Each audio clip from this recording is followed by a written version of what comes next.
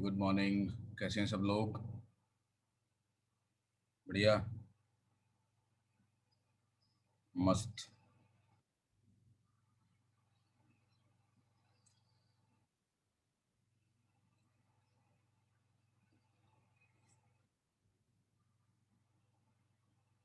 कैसा गया test paper electrostatics वाला? इलेक्ट्रोस्टैटिक्स का क्वेश्चंस आता था सबके नहीं?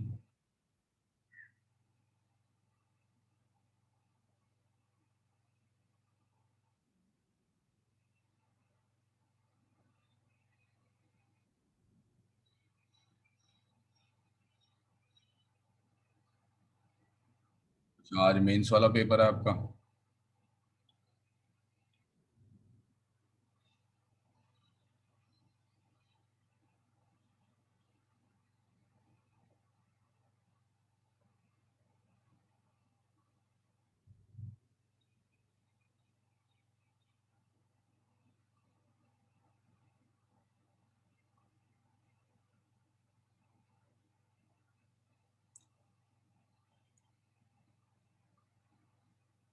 इलेक्ट्रोस्टैटिक्स और कैपेसिटेंस इजी है, अगर आपने ठीक से प्रैक्टिस किया तो आपको टफ लगेगा ही नहीं।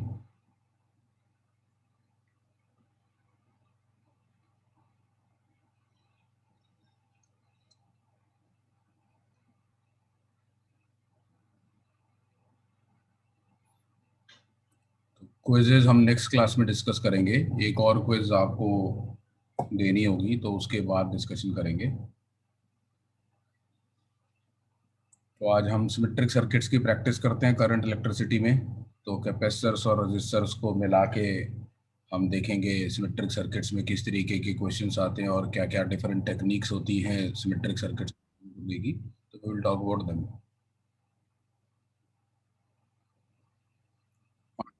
तो वो थोड़ी सी और प्रैक्टिस करेंगे तो वो स्पीड भी बढ़ जाएगी। कैपेसिटर की और क्विजेज, इलेक्ट्रोस्टैटिक्स की क्विजेज तो सारी कर ली थी ना हमने। इलेक्ट्रोस्टैटिक्स में कोई क्विज थोड़ी थी क्या पेंडिंग?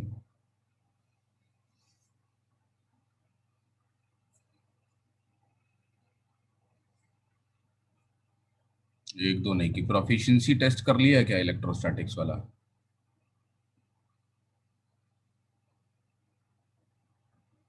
ठीक है, तो इस वीकेंड पे हम इलेक्ट्रोस्टैटिक्स का प्रोफिशिएंसी टेस्ट करेंगे और वीक डेज में करंट इलेक्ट्रिसिटी की क्विजेज सॉल्व करेंगे, ठीक है?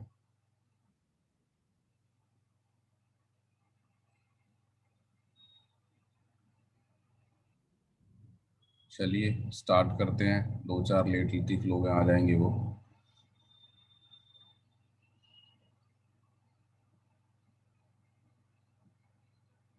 हाँ जी, स्क्रीन शेयर की है मैंने, विजिबल है आपको?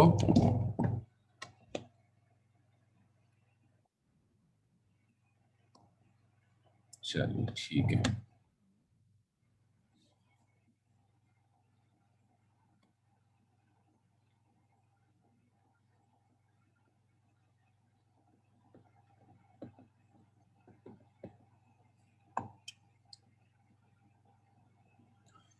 तो सिमेट्रिक सर्किट्स की बात करेंगे हम। तो एक्चुअली इस पोर्शन में हम क्वेश्चंस को सॉल्व करेंगे जिसके अंदर आपको डायरेक्टली या ऑब्वियसली आपको सीरीज या पैरेलल कॉम्बिनेशन नहीं दिखाई दे रहा होगा, but because of some special symmetry in the circuit हम सर्किट को सिंप्लीफाई करके कुछ सिंपल सीरीज या पैरेलल के क्वेश्चंस में कन्वर्ट कर पाएंगे। And there will be questions जिसमें ऐसा नहीं होगा, तो उसमें हम किरचॉफ्स लॉ को यूज करके सर्किट का इक्विवेलेंट रेजिस्टेंस या इक्विवेलेंट कैपेसिटेंस कैलकुलेट करने सीखेंगे। तो I will start with simple example. तो सबसे पहले एक एग्जांपल है आपके लिए।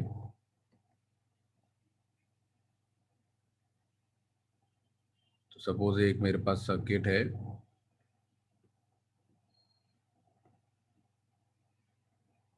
इसमें मेरे पास तीन चार रेजिस्टेंस हैं और इनको मैंने ऐसे कनेक्ट कर दिया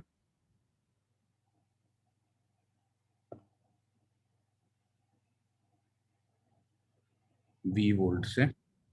और बहुत सिंपल सा क्वेश्चन, एक पॉइंट मैंने मार्क किया ए, एक पॉइंट मार्क किया मैंने बी, और आपको कैलकुलेट करना है potential difference between point A and point B.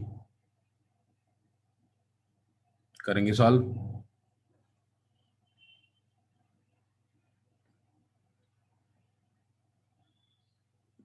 Take 2 minutes, find the answer.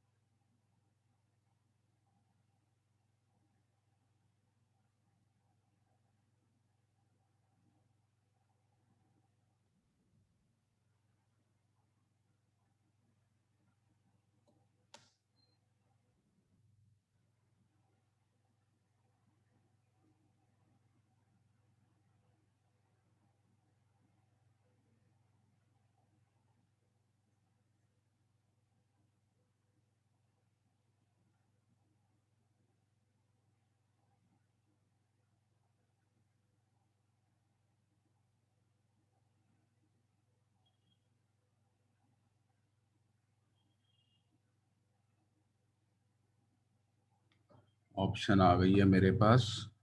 तो एक आंसर मेरे पास आया है v times R2 R3 minus R1 R4 over R1 plus R2 R3 plus R4। दो लोगों ने एक ही ऑप्शन दिए है, तो कोई और है क्या, किसी का आंसर डिफरेंट?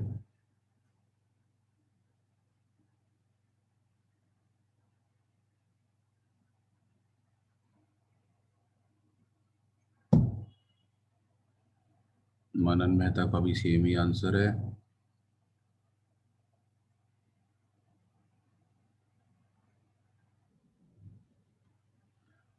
किस किस ने इक्विवेलेंट रेजिस्टेंस निकाल लिया इसका टोटल?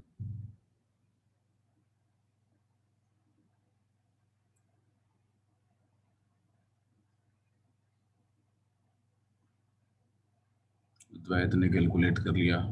और तो इक्विवेलेंट रेजिस्टेंस निकालने के लिए ऐसा 1/R = 1/R1 + R2 over 1/R3 + R4। किस किस ने ये सॉल्व कर लिया?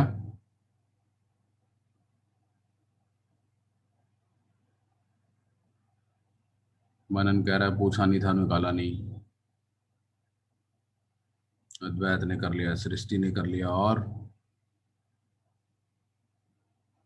सृजनी का हो गया। So there is no use of this.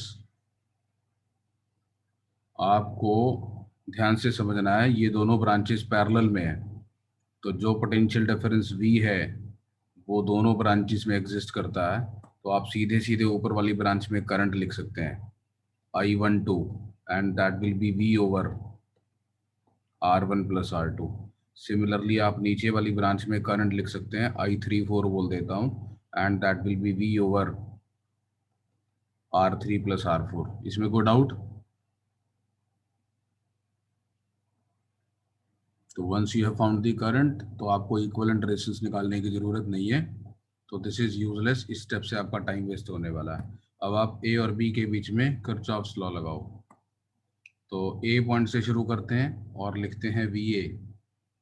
ए से मैं बी की तरफ चलता हूँ, you can choose any path, मैं इस पाथ पे चल रहा हूँ और ए से बी पर जा रहा हूँ।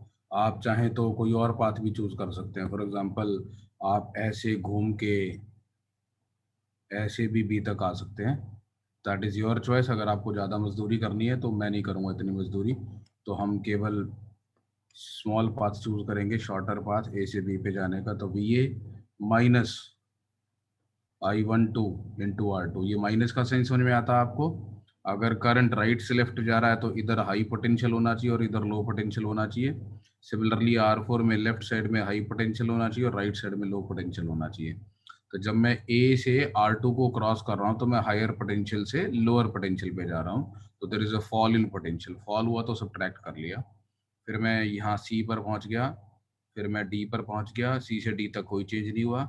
और जब मैं D से B पर जा रहा हूँ तो I am crossing R4 while moving from lower potential to higher potential, तो plus I34 current times R4। और अब मैं B पॉइंट पर पहुंच गया तो मेरे पास B पॉइंट का पोटेंशियल आ गया। So this gives you VA minus VB equals I12 times R2 minus I34 times R4। इसमें वैल्यूज प्लग इन कर देते हैं, तो VA माइनस VB की वैल्यू I12 था V over R1 plus R2 times R2 minus I34 की value थी V over R3 plus R4 times R4। और यहाँ से VA माइनस VB की वैल्यू, इसको सिंप्लीफाई कर लेंगे, एलसीएम लेने के बाद V कॉमन ले लेंगे, तो we will be left R2 R3 minus R1 R4 over R1 plus R2 R3 plus R4, and this is the correct answer. Manan Mehta कह रहा है मैंने कुछ डिफरेंट किया। हाँ जी मनन, तूने क्या किया? पहले इसमें किसी सर को डाउट, एक मिनट होल्ड कर, किसी को कोई डाउट जो मैंने स्टेप्स लिखे इसमें कोई कंफ्यूजन किसी को? ठीक है, हाँ मनन बोल। सर मेरा शायद थोड़ा सा सिमिलर है, पर मैंने क्या किया, पहले मैंने देखो राइट साइड ऑफ सेल को 0 मान लिया, लेफ्ट साइड को V मान लिया, ठीक है, तो आपने इस पॉइंट को 0 वोल्ट असाइन कर दिया और इस इसको पॉइंट V कर दिया। तो यहाँ तो भी सर जहाँ पे और जहाँ पे यहाँ। वो पैरेलल का जंक्शन है वो V हो गया। ठीक हम्म, है, और हम लोग को पता चला कि करंट स्प्लिट हुआ है और रेजिस्टेंस में से पोटेंशियल ड्रॉप होगा, तो कितना ड्रॉप होगा, I into R1 plus R1 drop होगा ना A पे, हम्म, I1 इंटू R1 ड्रॉप होगा, और B पे I1 इंटू R3 ड्रॉप होगा। फिर हम्म। पोटेंशियल ऑफ V क्या होगा, V माइनस पोटेंशियल ड्रॉप, और पोटेंशियल एट आपने B भी V ए का माइनस पोटेंशियल पोटेंशियल ड्रॉप लिख होगा। लिया, आपने ए का पोटेंशियल लिख लिया, वी में से माइनस करके जो भी करंट पास कर रहा था R1 में से टाइम्स R1, और फिर आपने बी का पोटेंशियल लिख लिया वी में से आई इंटू R3 माइनस करके V over R3 plus R4 times R3, और फिर R3, हाँ फिर सबट्रैक्ट कर दिया। ठीक है। ये भी उसी चीज को लिखने का एक दूसरा तरीका। इसमें आप पहले एब्सोल्यूट पोटेंशियल्स कैलकुलेट करने की कोशिश कर रहे हैं एक रेफरेंस लेके, और फिर पोटेंशियल डिफरेंस निकाल रहे हैं, और मैंने सीधे पोटेंशियल डिफरेंस निकाल दिया। ठीक है, कोई इशू नहीं, दोनों से सेम ही आंसर आने वाला है, बिल्कुल बढ़िया। Is everyone clear about this?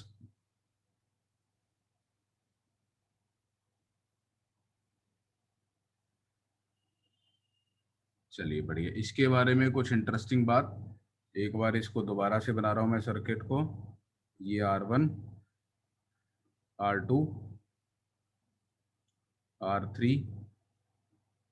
R4, और यहाँ पर हमने लगाया हुआ था V वोल्ट। ध्यान रखना, एक तो अगर आप में से किसी को ये रिजल्ट याद हो जाता है तो प्लीज बी केयरफुल कि जब हमने ये रिजल्ट कैलकुलेट किया है तो मैंने लेफ्ट में पॉजिटिव और राइट में नेगेटिव रखा। आपको कई बार क्वेश्चन में राइट में पॉजिटिव और लेफ्ट में नेगेटिव मिलेगा, तो उस केस में वी का साइन बदल जाएगा, आंसर डिफरेंट हो जाएगा। तो इसमें दो बातें हैं इंपॉर्टेंट समझने वाली। एक तो ये कि जो ए और बी का पोटेंशियल डिफरेंस है, ए और बी का पोटेंशियल डिफरेंस वो R2 R3 minus R1 R4 over ऊपर वाली branch R1 plus R2 resistance की, और नीचे वाली branch R3 plus R4 resistance की टाइम्स भी। एक तो ये लिखने का तरीका याद करें आप, इंपॉर्टेंट है, ये काम आता है कई क्वेश्चंस में एक्चुअली। ठीक है, ये समझ में आया, सीधा लिखने के लिए just to memorise the fact. इसके बाद इसके कंक्लूजन्स हैं हमारे पास। If R2 R3 is more than R1 R4, इसका मतलब ए पॉइंट का पोटेंशियल बी पॉइंट के पोटेंशियल से ज्यादा होगा। ठीक है, अब इसके ऊपर क्या पूछा जाएगा? एक तो स्ट्रेट फॉरवर्ड क्वेश्चन यही पूछ लिया जाता, भैया बताओ ए पॉइंट का पोटेंशियल ज्यादा है बी पॉइंट का पोटेंशियल ज्यादा है। इसमें और भी पूछ लिया जाता है। इसमें एक ऐसा क्वेश्चन पूछ लिया जाता है जिसमें यहाँ एक रेजिस्टेंस लगा हुआ R1, यहाँ रेजिस्टेंस लगा हुआ R2, यहाँ पे R3, यहाँ पे R4 और ऐसे V वोल्ट लगे हुए हैं, और एक कैपेसिटर ए और बी के बीच में लगा के आपसे पूछ लिया जाता है कि बताओ इस कैपेसिटर की कौन सी प्लेट पे पॉजिटिव चार्ज होगा और कौन सी प्लेट पे नेगेटिव चार्ज होगा। तो अगर R2, R3, R1, R4 से ज्यादा है, then the upper plate of the capacitor will carry positive charge. ठीक है,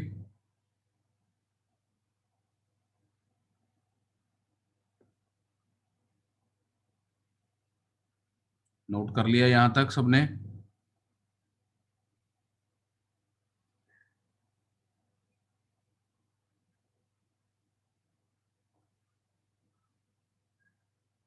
तो नाउ आदित्य इज आस्किंग कि अगर यहाँ पे कैपेसिटर लगा देंगे तो चीज़ें ऑल्टर हो जाएंगी क्या? तो नहीं होंगी ऑल्टर, और क्यों नहीं होंगी तो आई विल एक्सप्लेन कि ऐसा कब होता है। तो इसके बारे में आरसी सर्किट्स पढ़ेंगे, उसमें मैं आपको समझाऊंगा। We will come back to this kind of a question again in RC circuit, और उसमें समझेंगे इसको। ठीक है, हाँ जी नव्या, क्या स्टेटमेंट रिपीट करनी है? मैंने ये बोला कि अगर R2, R3, R1, R4 से ज्यादा है then point A will be at higher potential than B. That means अगर ए और बी के बीच में मैंने एक कैपेसिटर कनेक्ट कर दिया तो उस कैपेसिटर की अपर प्लेट पे पॉजिटिव चार्ज आएगा और लोअर प्लेट पे नेगेटिव चार्ज आएगा। ठीक है, हाँ जी, नोट किया सभी ने ये?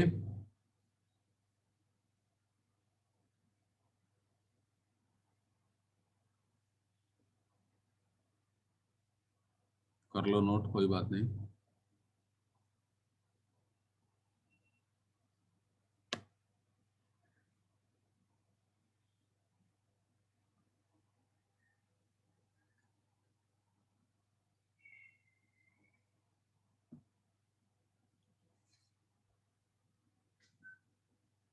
हो गया एक प्लैंक मिनट, ये और लंबा है?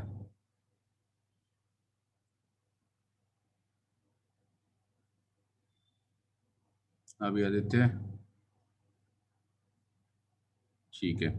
अब अगर इसमें ऐसा ही क्वेश्चन और एक तरीके से पूछा जा सकता है, एक रेजिस्टेंस लगा हुआ है यहाँ पे 5 ओम, एक रेजिस्टेंस यहाँ पे लगा हुआ है 10 ओम, और एक रेजिस्टेंस यहाँ पे लगा हुआ है 10 ओम, और यहाँ पे लगा हुआ है 5 ओम,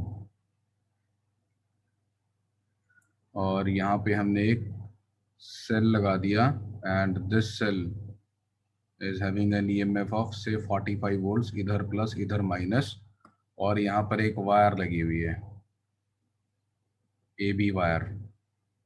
तो अगर एक इजी क्वेश्चन पूछा जाता, what is the direction of current in wire A B, दूसरा हाउ मच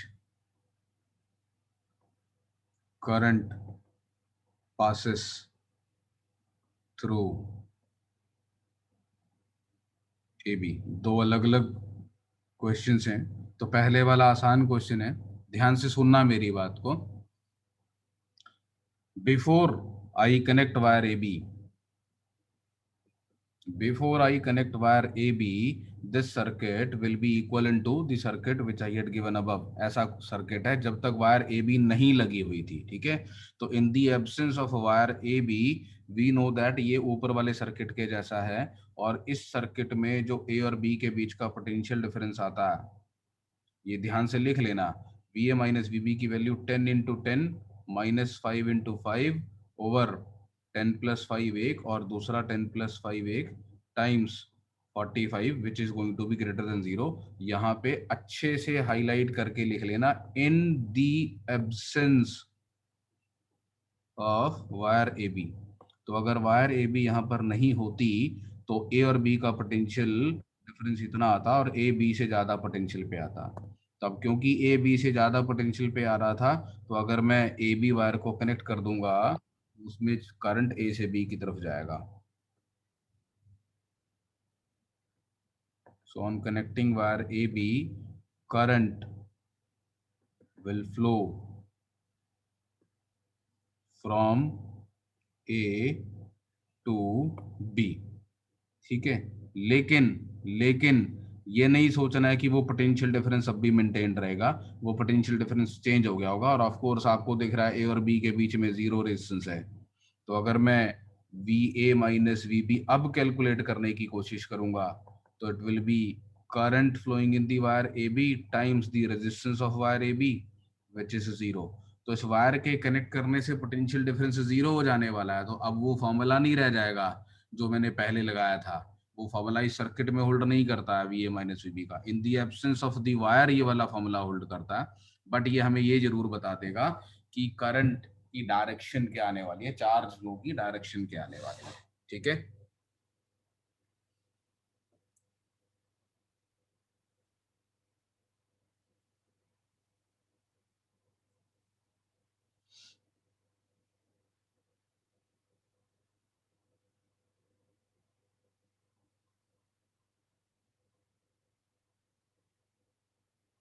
ये क्लियर हुआ. अब second part, how much current passes through A B. अब यहाँ पे एक चीज समझेंगे ध्यान से. आपसे पूछा जा रहा है how much current passes through A B. यहाँ पे मैं एक चीज आपको समझाना चाहूंगा. A B has zero resistance. तो जीरो रेजिस्टेंस पाथ में आप करंट को डेल्टा वी ओवर आर से कैलकुलेट नहीं कर सकते, क्योंकि पोटेंशियल डिफरेंस भी जीरो है और आर भी जीरो है. और जीरो बाय जीरो तो कुछ भी हो सकता है.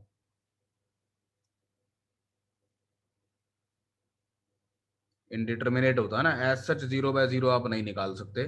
बट यहाँ पे गिवन दी अदर कंडीशंस मैं जीरो बाय जीरो निकाल सकता हूँ. सर्किट में मैं आपको जीरो बाय जीरो की वैल्यू निकालनी सिखा रहा हूँ. क्यों भाई? जैसे आपको अगर याद हो, लॉज ऑफ मोशन में मासलेस पुली की एक्सेलरेशन हम निकाल पाते थे बाय नोइंग कि उसके ऊपर जो थ्रेड्स पास कर रहे हैं उनकी एक्सेलरेशंस क्या है. मासलेस पुली पे नेट फोर्स जीरो रहती है, उसका मास भी जीरो रहता है. तो एक्सेलरेशन को एफ ओवर एम से नहीं निकाल सकते आप. लेकिन मासलेस पुली की एक्सेलरेशन कंस्ट्रेंट से निकाल सकते हैं कि कंस्ट्रेंट क्या है हमारे पास. तो यहाँ पर भी हम दूसरे फैक्टर्स की हेल्प से निकाल पाएंगे कि आई कितना आने वाला है. क्या आप सॉल्व करेंगे या मैं सॉल्व करके बताऊं current in wire A B? Try करेंगे. हाँ जी अद्वैत, क्या डाउट?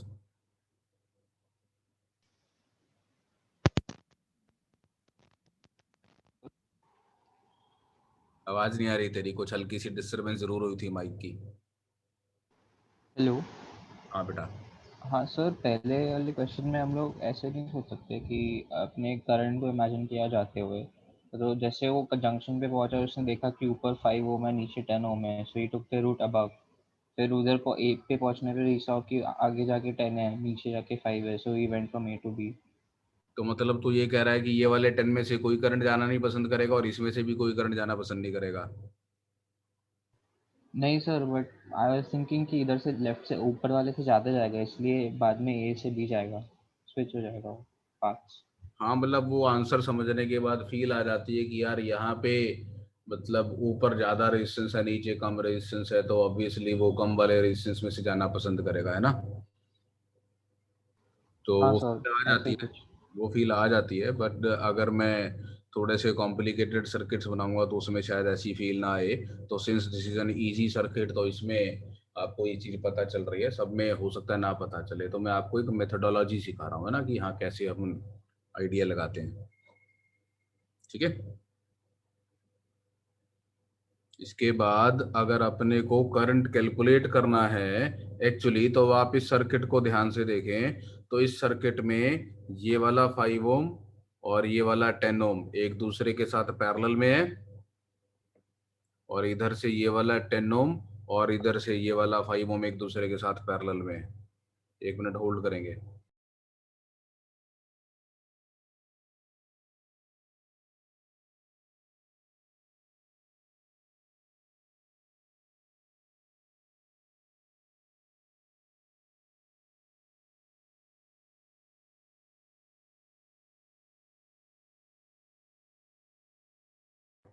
तो ये 5 ओम और 10 ओम इक्विवेलेंट निकाल सकते हैं, उधर से ये 10 और 5 का इक्विवेलेंट निकाल सकते हैं।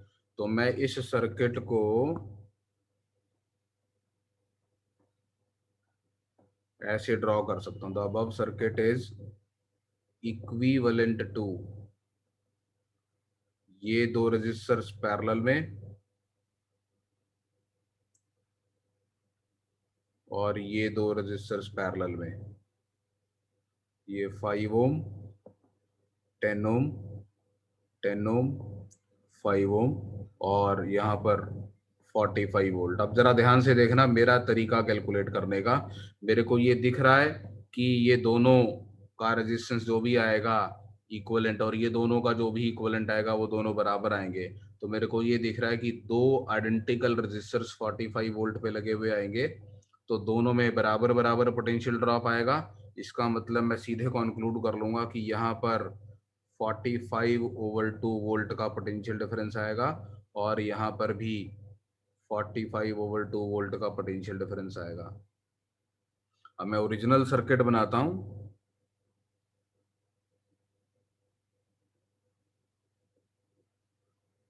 ये 5 ओम 10 ओम और मुझे पता है यहाँ पे 45/2 वोल्ट का पोटेंशियल डिफरेंस है। ये 10 ओम, ये 5 ओम और यहाँ पर भी 45/2 वोल्ट का पोटेंशियल डिफरेंस है। और मैं करंट्स कैलकुलेट कर सकता हूँ। यहाँ पर करंट आएगा V/R, तो 9/2 एम्पियर।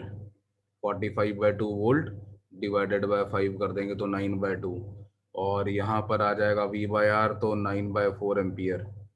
सिमिलरली यहाँ पर V/R करेंगे तो 9/4 एम्पियर और यहाँ पर कैलकुलेट करेंगे तो 9/2 एम्पियर। तो आप देख सकते हैं अब कि यहाँ से 9/2 एम्पियर का करंट आ रहा था। 9/2 में से 9/4 राइट साइड में चला गया, तो बाकी का बचा हुआ नीचे आ गया होगा। So the desired current A B wire में, this will be 9/2 minus 9/4 which is again 9/4 ampere. So this is the answer.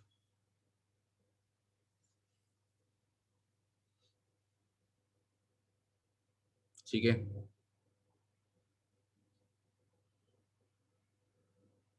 कोई डाउट?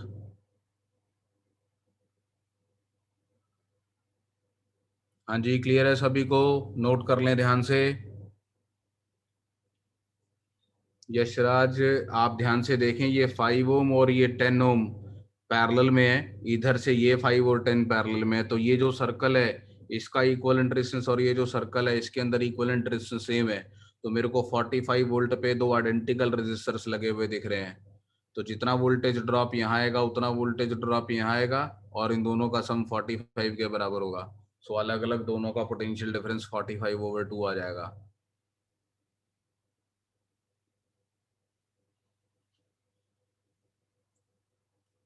सभी को क्लियर है? नोट किया सभी ने?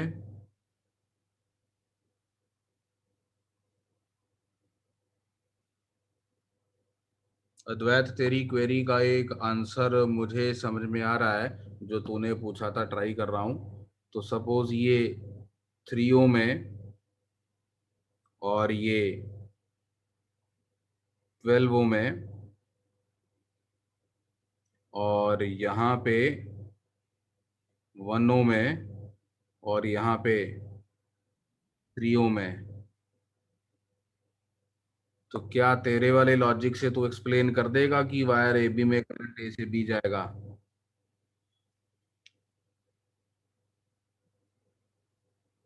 इसमें R2 R3 का प्रोडक्ट 12 आ रहा है, R1 R4 का प्रोडक्ट 9 आ रहा है, तो करंट ए से बी जाएगा। बट जो तू लॉजिक बता रहा था, क्या उससे फील आ रही है?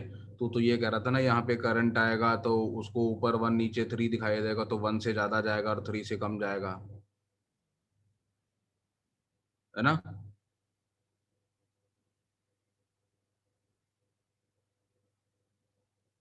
तो इसमें भी करंट की डायरेक्शन ए से बी आने वाली है।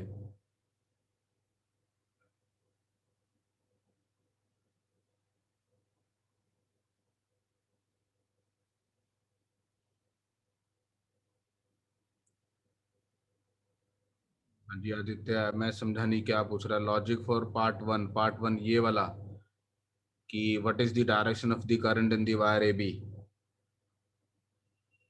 तो in the absence of the wire A B, point A was at higher potential than point B.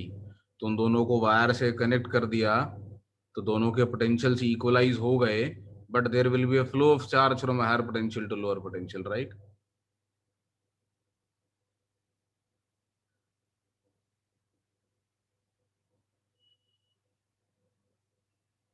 So wire में करंट तो ऐसे भी जाएगा ना।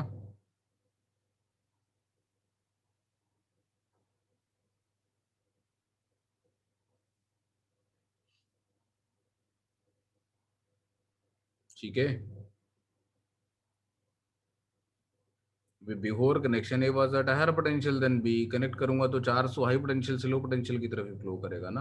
हाँ, वायर कनेक्ट करने से पोटेंशियल इक्वलाइज हो गए, वो एक अलग बात है। चलिए ठीक है।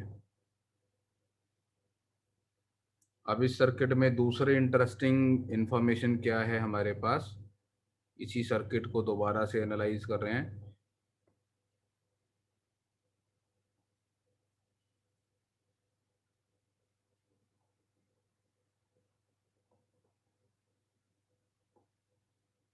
तो अगर R2 R3 इक्वल हो जाए R1 R4 के, R3 को लेफ्ट राइट में ले जाता हूं, R2/R4 इक्वल हो जाए R1/R2 के, सॉरी R1/R3 के, या फिर R1/R2 R3/R4, मतलब इसकी और इसकी रेशो बराबर हो जाए R2 और R4 की रेशो के, या फिर इन दोनों की रेशो और इन दोनों की रेशो इक्वल हो जाए, एक ही बात है वो, that is one and the same thing. R2/R4 R1/R3 हो जाए, या R1/R2 R3/R4 हो जाए, तो ए पॉइंट और B point will be at the same potential. In that case अगर मैं ए और बी के बीच में कोई वायर लगाऊंगा तो उसमें कोई करंट फ्लो नहीं करेगा, या ए और बी के बीच में कोई रेजिस्टेंस भी लगाऊंगा उसमें से भी करंट फ्लो नहीं करेगा, या ए और बी के बीच में कोई कैपेसिटर कनेक्ट करूंगा तो उस पर कोई चार्ज नहीं आएगा। And that is called a balanced Wheatstone bridge.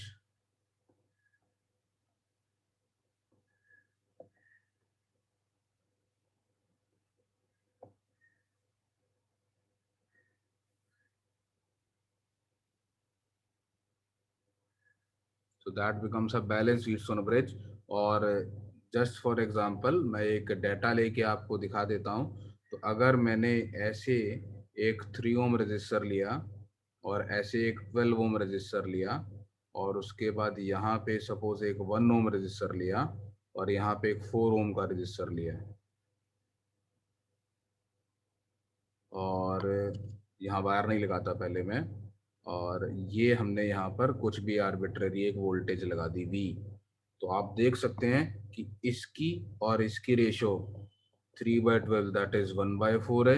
Similarly इस रेजिस्टेंस की और इस रेजिस्टेंस की रेशो 1/4 है। तो क्योंकि ये रेशोज इक्वल है, तो point A and point B will be at the same potential.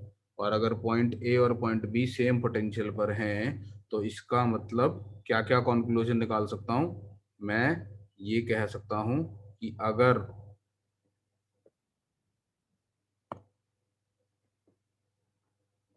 मैं यहाँ पे कोई रेजिस्टेंस वायर लगाऊंगा, there will be no current in wire A B.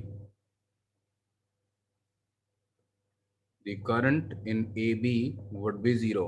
और इसके लिए यहाँ पे रेजिस्टेंस लेस वायर लगाओ या रेजिस्टेंस वाली वायर लगाओ, कोई फर्क नहीं पड़ता। तो ये 3 ओम, ये 12 ओम, ये 1 ओम, ये 4 ओम, और यहाँ पर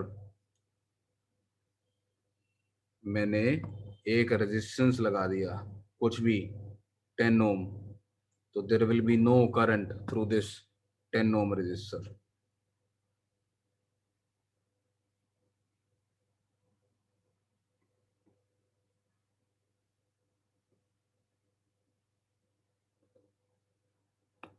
ठीक है, नोट किया सभी ने ध्यान से।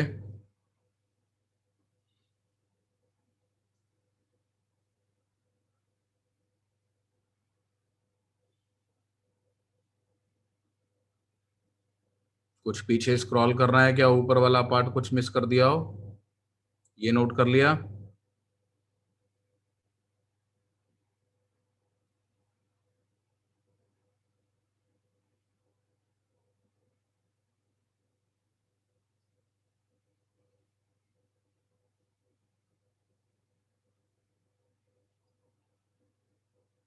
कोई आवाज नहीं आ रही किसी की, कहाँ चले गए?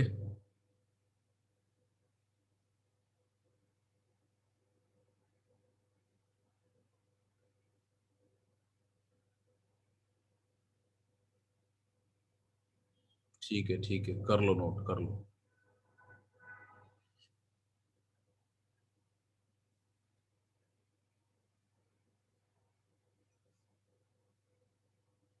चलिए ठीक है।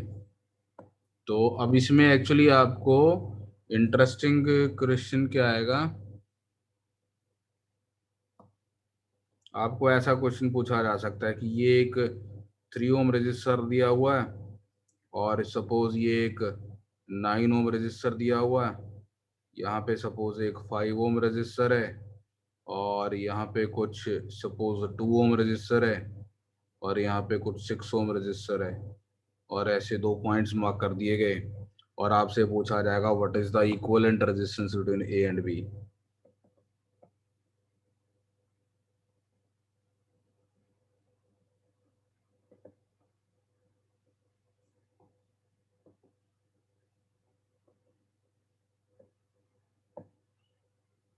तो आप देख सकते हैं कि इस रेजिस्टेंस और इस रेजिस्टेंस की रेशियो 1:3 है, 2 ओम और 6 ओम की रेशियो भी 1:3 है, और अगर ये रेशियो सेम है 1:3 और 1:3, तो ये 5 ओम वाले रजिस्टर में से कोई करंट पास करने वाला नहीं है, और अगर इसमें से कोई करंट पास नहीं करेगा तो the above circuit is equivalent to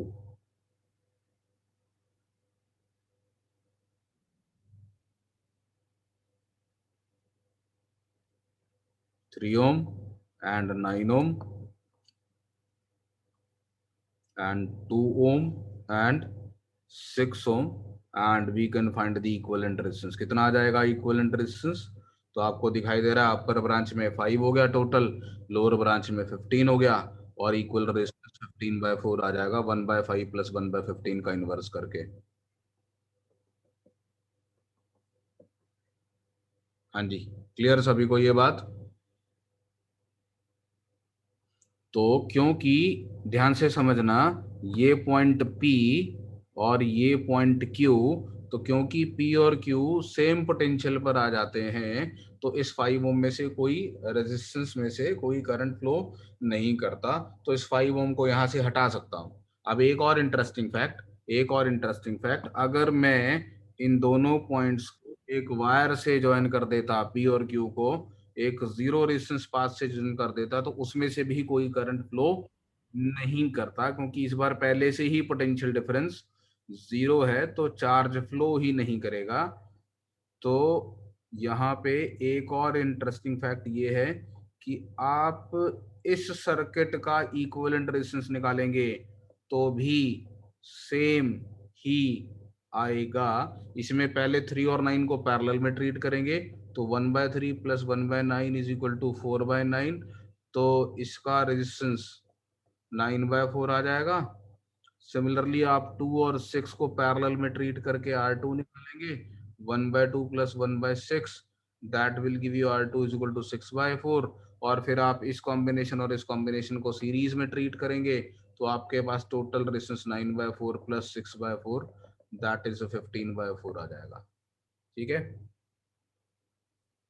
तो क्योंकि पॉइंट P और Q का पोटेंशियल सेम था, तो उनको एक वायर से कनेक्ट करने पर उनके बीच में कोई करंट का पैसेज नहीं होगा, चार्ज फ्लो नहीं करेगा। हाँ जी, ये 6/4 है।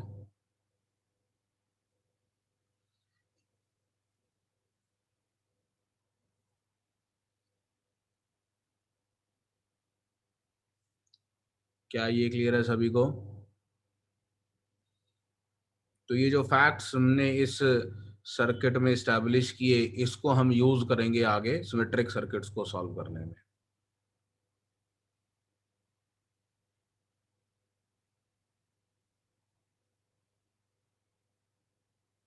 ठीक है, चले आगे। नोट किया सभी ने? कुछ ऊपर नीचे पीछे मिस हो गया हो?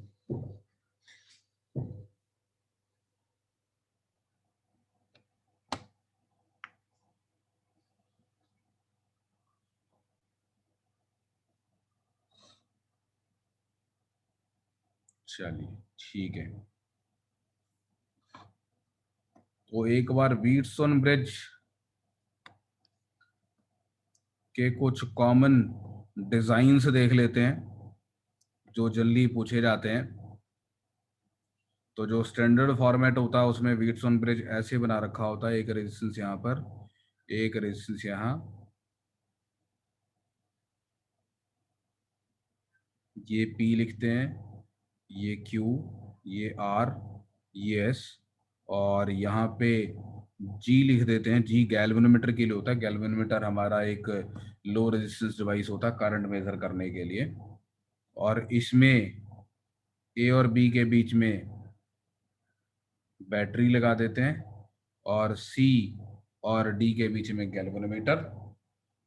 और अगर P over Q R over S के बराबर है, देन दी गैल्वेनोमीटर शोज नो डिफ्लेक्शन। वो कहता है कि मेरे थ्रू कोई करंट पास नहीं कर रहा है। ठीक है,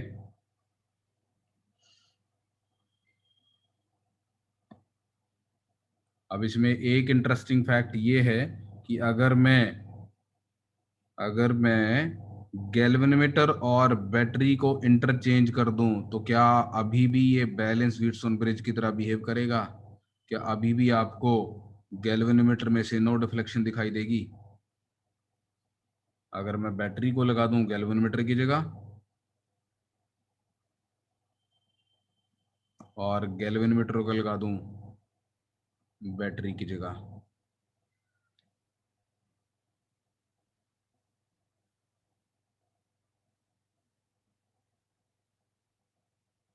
लग रहा अभी आपको वैसा सही सर्किट ये?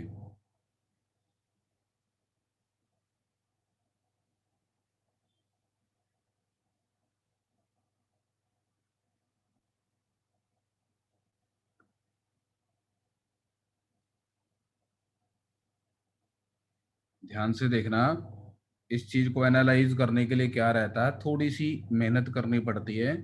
सर्किट को रीड्रॉ कर लेते हैं ताकि वो सुंदर दिखाई दे। कनेक्शंस चेंज नहीं करेंगे लेकिन स्पेस में लोकेशन बदल देंगे। मैं बता रहा हूँ लोकेशन बदलने से मेरा क्या मतलब है। मैं ये जो बैटरी है ये लगाया तो इन्हीं पॉइंट्स के बीच में रखूंगा, C और D, लेकिन इसको यहां लगा के दिखा देता हूँ। कुछ फर्क तो नहीं पड़ेगा ना यहां लगा के दिखा दूंगा तो? और गैल्वेनोमीटर जो मेरा ए और बी के बीच में लगा हुआ था, उस गैल्वेनोमीटर को यहाँ लगा के दिखा देता हूँ। एक तो अब आपको फील आ रही होगी ये व्हीटस्टोन ब्रिज है, इसको आप 90 डिग्री से क्लॉकवाइज टर्न कर लो इस फिगर को। ठीक है, अब ध्यान से समझना कि अगर इसकी और इसकी रेशो और इसकी और इसकी रेशो सेम होगी, दैट इज अगर R over S over Q की इक्वल हो गया, तो galvanometer will show no deflection. क्या ऐसा है हमारे पास? ये रिलेशनशिप थी मेरे पास, अरे यही तो लिखी हुई है ना? तो still there will be no deflection. तो डिजाइन बदल दिया, शक्ल बदल दी इसकी हमने, लेकिन कनेक्शंस चेंज नहीं किए। तो अब अपने को फील हो रहा है कि हाँ यार ये व्हीटस्टोन ब्रिज है। ये क्लियर है आपको?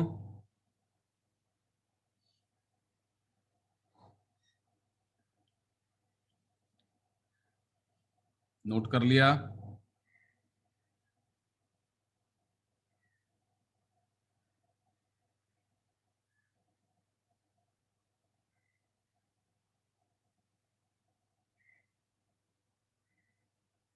कर लो नोट, कोई बात नहीं।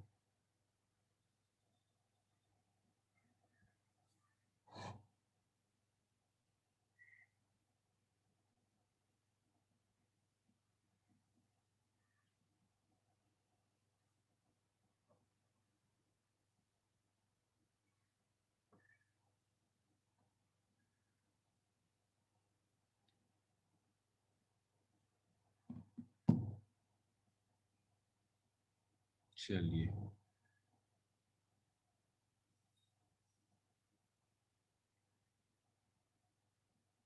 हाँ, there are different ways of thinking on the same thing, मुझे सबसे सिंपल यही लगता। और एग्जांपल्स लेते हैं व्हीटस्टोन ब्रिज के डिफरेंट डिजाइन्स। तो आपको व्हीटस्टोन ब्रिज, एक तो ये स्टैंडर्ड शेप थी, इस स्टैंडर्ड शेप को थोड़ा सा रीडिजाइन करते हैं। मैं पहले स्टैंडर्ड शेप दोबारा बना लेता हूँ। This is P Q R S, और इसको जी बोल देते हैं हम। इसको, ये जो आर और एस वाली ब्रांच है, इसको टेढ़ा रखने की वजह सीधा कर देते हैं। तो आपको ऐसे आर एस,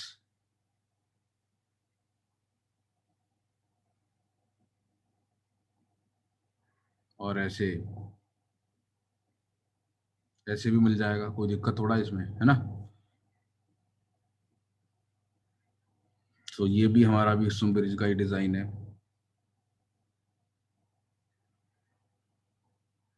और इसको थोड़ा और डिजाइनर बना देते हैं। तो मैं आर और एस को भी थोड़ा सा ऊपर को टिल्ट कर देता हूँ। तो ये पी, ये क्यू, ये आर, ये एस, और ये जी।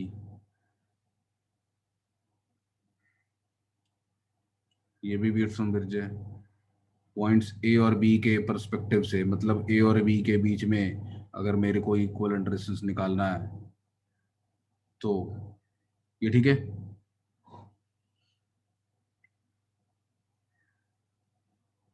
अब इसको आपको अंदर आपको क्वेश्चंस कैसे मिलेंगे।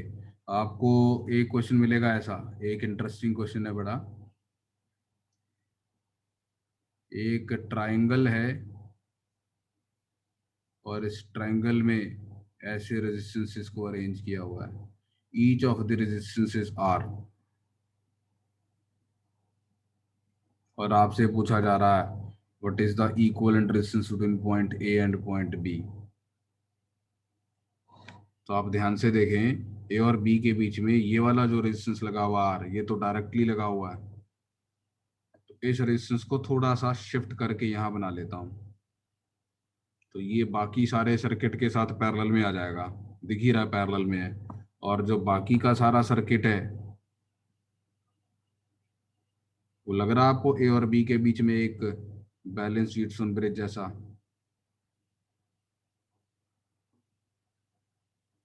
हाँ जी। So the idea is this resistance will be useless. और कितना इक्विवेलेंट रेजिस्टेंस आ जाएगा ए और बी के बीच में। तो इस रेजिस्टेंस को हटा दो यहाँ से। अगर इस रेजिस्टेंस को हटा दूंगा, हटा देता हूँ इसको यहाँ से,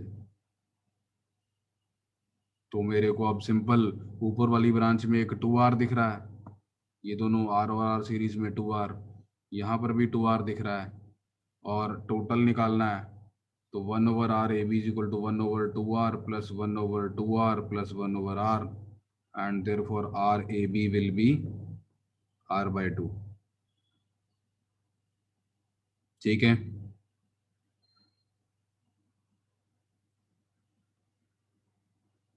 नोट कर लो ध्यान से।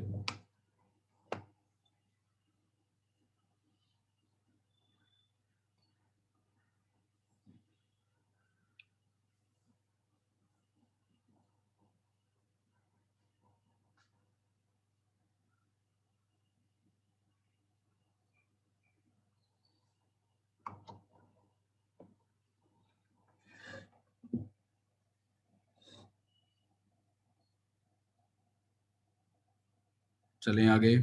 हाँ जी, यशराज हो गया। ठीक है, कर लो नोट, कोई बात नहीं।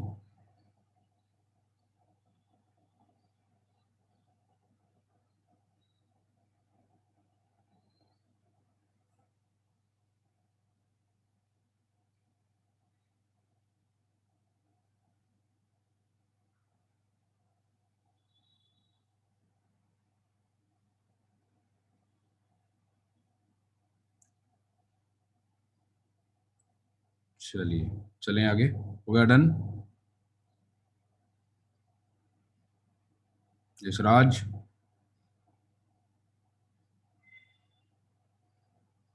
ठीक है।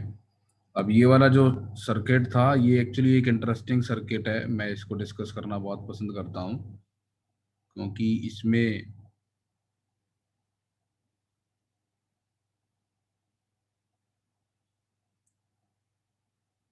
ये पॉइंट ए मान लेते हैं, ये बी, ये सी, और इसका centroid, each of the resistances are.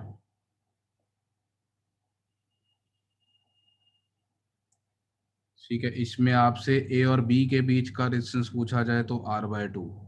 What can you comment about A सी?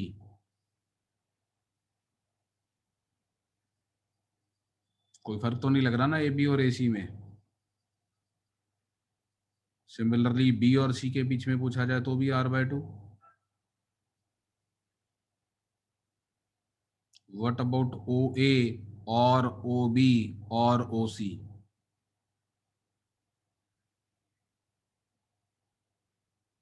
वो भी R/2? इतना ऑब्वियस है? ये तुमने पहले से पढ़ रखा है?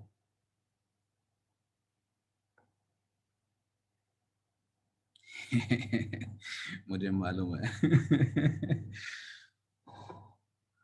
तो O और A के बीच में निकालने के लिए मैं क्या करूंगा, मैं O और A को यहाँ मार्क कर लूंगा, और O और A के बीच में दोबारा से कनेक्शंस बनाऊंगा। तो O और A यहाँ मार्क कर लिए, और B और C अलग मार्क कर लेता हूँ। तो B यहाँ मार्क कर लेता हूँ, C यहाँ मार्क कर लेता हूँ। तो मतलब जरूरी नहीं है यही मार्क करने हैं। तो पहले मैंने ये वाला रेजिस्टेंस O और A के बीच में निकाल लिया। उसके बाद मैंने O से A जा रहा था एक रेजिस्टेंस, एक O से B जा रहा था, एक O से C जा रहा था। दिख रहा है आपको? ये तीनों मार्क कर लिए मैंने। इसके बाद A और C के बीच में एक रेजिस्टेंस दिख रहा है आपको, ये वाला। तो ये मैंने A और C का रेजिस्टेंस लगा लिया। सिमिलरली B और C का रेजिस्टेंस दिख रहा है, ये लगा लिया। सॉरी, B और C, ये रहा B और C का रेजिस्टेंस, ये वाला। और एक A और B का रेजिस्टेंस, ये वाला। तो ये तो सेम ही सर्किट बन गया ना। तो आप ओ ए के बीच में कैलकुलेट करेंगे फिर भी R/2।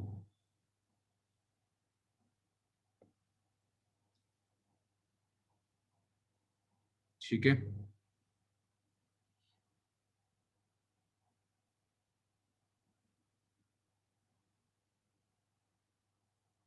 नोट किया, चलें आगे।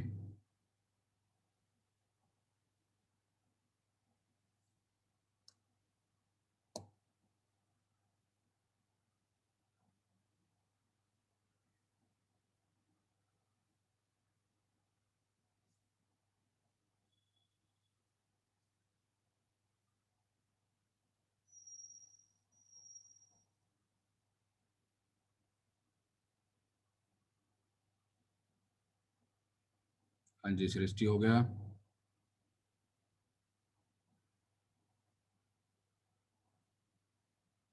चलिए, और व्हीटस्टोन ब्रिज के एग्जांपल्स में आपको ऐसा सर्किट देखने को मिलेगा। ये आर, ये आर, ये आर,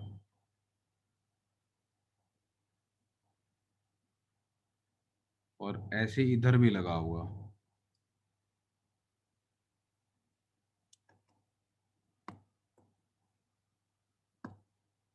ये भी आर, ये भी आर, और ये भी आर। और आपको ए और बी के बीच में इक्विवेलेंट रेजिस्टेंस निकालना है।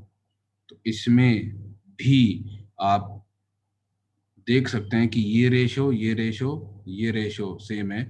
और जो इसकी और इसकी रेशो है, वही इसकी और इसकी रेशो है। तो ये वाले दोनों आर में से कोई करंट पास नहीं करेगा, तो इन दोनों को यहाँ से हटाया जा सकता है। और इसका मतलब ये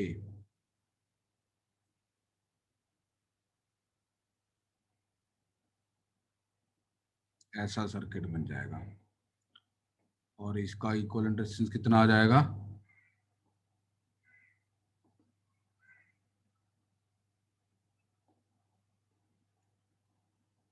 तो ऊपर वाली 2R, 2R, 2R, तो 2R/3 आंसर आ जाएगा इसका। ठीक है। अब ऐसे क्वेश्चंस में मैं इसको, ठीक है, व्हीटस्टोन ब्रिज से तो कंपेयर कर ही लेते हैं, मैं इसको सॉल्व करने के लिए एक बेसिक थॉट प्रोसेस डेवलप करता हूँ, वो समझने की कोशिश करेंगे। तो बहुत सारे ऐसे क्वेश्चंस होंगे जिसमें आपको ऑब्वियस व्हीटस्टोन ब्रिज नहीं दिख रहे होंगे, लेकिन उसमें ऐसा हो रहा होगा। तो एक बेसिक लॉजिक समझने की कोशिश करते हैं। तो कैसे करना है इस क्वेश्चन को सॉल्व, दोबारा से देखना एक बार। तो ये एक रेजिस्टेंस, ये एक रेजिस्टेंस आर आर, ऐसे ही यहां से एक रेजिस्टेंस लगा हुआ है आर, यहाँ पे आर, यहाँ पे आर,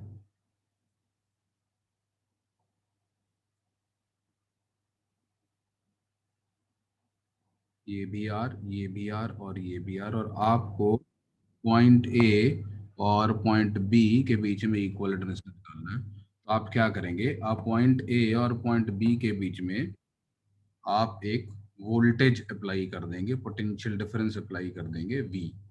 और अब आप ये सोचेंगे कि यार यहाँ से करंट आएगा और यहाँ से एग्जिट करेगा, ए से एंटर करेगा, बी से एग्जिट करेगा, and we will try to distribute current. ध्यान से समझना जरा, करंट के पास ए से बी तक जाने के लिए एंट्री पे 3 रास्ते हैं।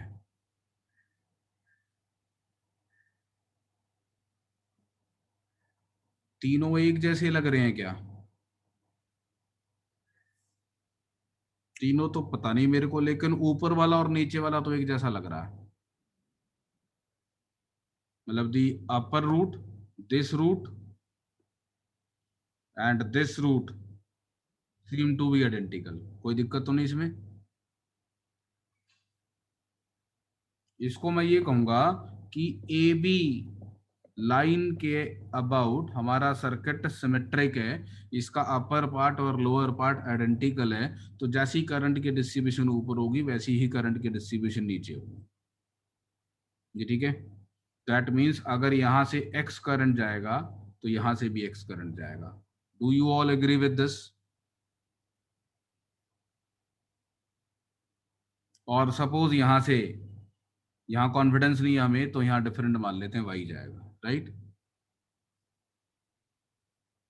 दैट मीन्स सेल ने total current 2x plus y supply किया होगा। अग्रीड? और यहां से 2x प्लस वाई आ रहा होगा। नो डाउट यहां तक? बोलो।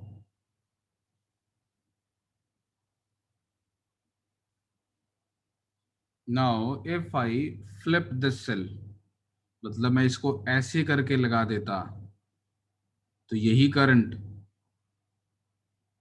2x प्लस वाई यहां से आता, और बी से देखने पर सर्किट वैसा ही दिखाई दे रहा है जैसा ए से देखने पर दिखाई दे रहा था।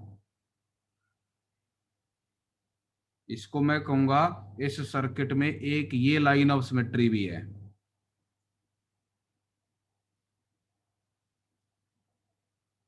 इसके अबाउट सर्किट सिमेट्रिकल है, तो बी से देखने पर सर्किट और ए से देखने पर सर्किट एक ही जैसा दिखाई दे रहा है। तो अगर यहां से 2x प्लस वाई आता तो यहाँ x और यहाँ y करंट होता।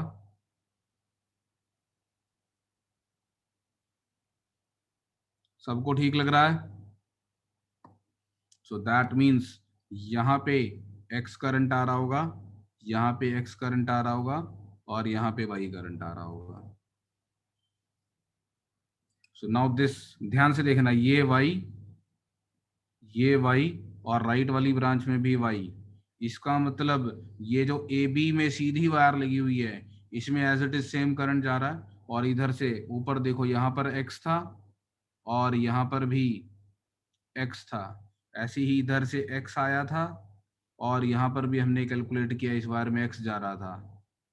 तो दैट सिग्निफाइज कि ये वाला r बेकार है, बर्बाद है, इसका कोई काम नहीं है, तंग कर रहा है, इसको हटा दो यहाँ से, करंट तो है नहीं इसमें। तो जब इसमें करंट ही नहीं है तो ये यहाँ पर हो या ना हो, सर्किट को कोई फर्क नहीं पड़ता। The equivalent resistance won't change if I remove these two resistances R, and therefore the equivalent will be 2R/3। Clear हुआ आप सभी को?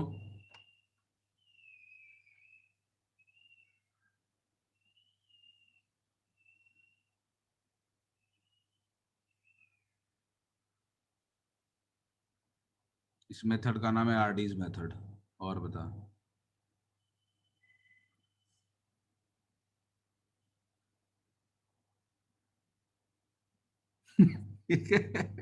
What method? RDs method, RDS.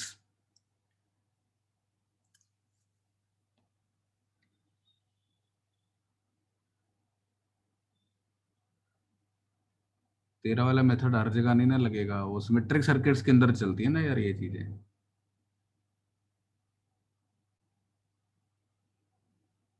Symmetric circuit में चलती है जिसमें सारी वैल्यूज आइडेंटिकल होती हैं, उसमें चल जाता ना ये जुगाड़। अगर ये रैंडम वैल्यूज होती फिर कुछ नहीं कर पाता ना मैं इसका।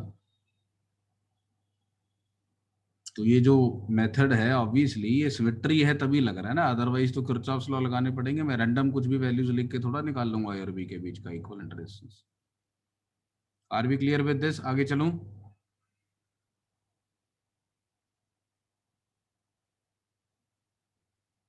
कर लो नोट।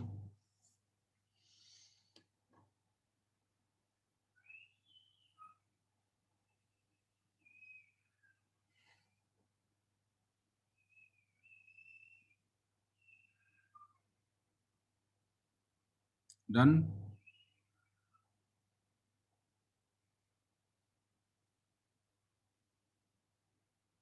हाँ जी आदित्य। ठीक है, वेट कर रहा हूँ मैं, कर ले।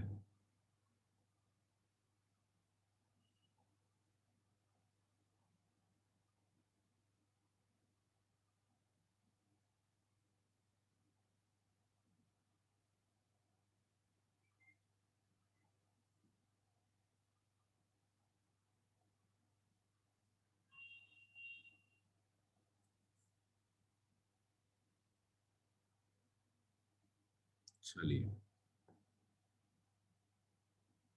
अब यहाँ पर एक चीज समझेंगे ध्यान से, इधर देखें इसी सर्किट में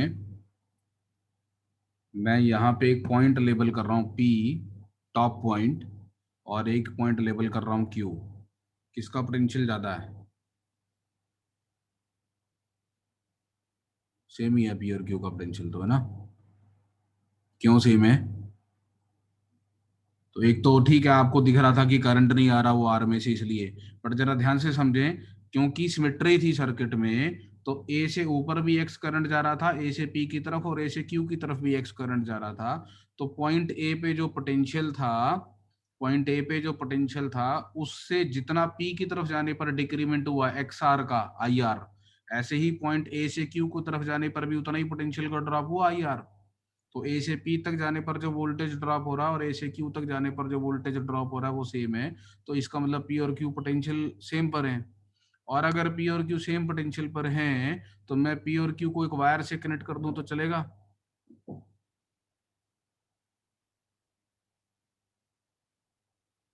कोई फर्क नहीं ना पड़ेगा। ध्यान से सुनना आप मेरी बात यहां से आगे। अगर मैं पी और क्यू को कनेक्ट कर दूं तो एक वायर से, तो ए पी और ए क्यू में जो दो रेजिस्टेंस है वो पैरेलल में हो जाएंगे कि नहीं?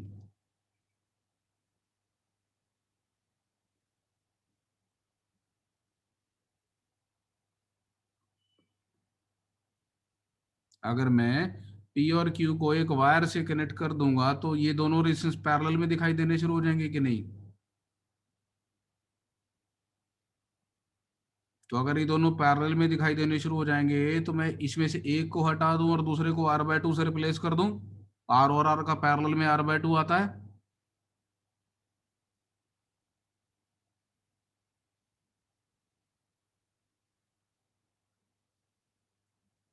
एग्रीड? तो अब इसको पैरेलल में कन्वर्ट करने का जो तरीका है उसको टेक्निकली बोलते हैं method of folding.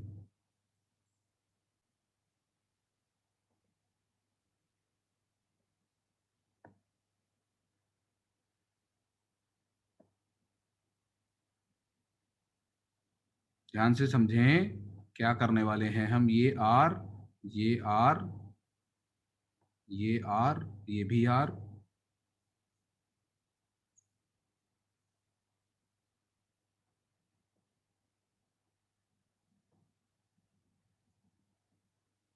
A B, आपको दिखाई दे रहा है कि पी पॉइंट और Q point are at the same potential, तो उनको एक वायर से कनेक्ट किया जा सकता है। जब उनको वायर से कनेक्ट करूंगा तो ये वाला आर और ये वाला आर पैरेलल में हो जाएंगे एक दूसरे के साथ, इधर से ये वाला आर और ये वाला आर पैरेलल में हो जाएंगे एक दूसरे के साथ। क्या मैं कह सकता हूं कि ये वाला आर और ये वाला आर भी पैरेलल में हो जाएंगे एक दूसरे के साथ?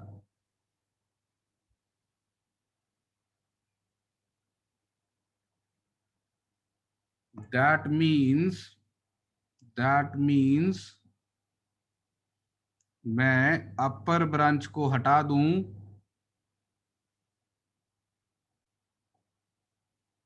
और यहाँ पे r/2 लिख दूं, यहाँ पे r/2 लिख दूं, यहाँ पे r/2 लिख दूं। बोलो, p और q इकट्ठे हो गए अब।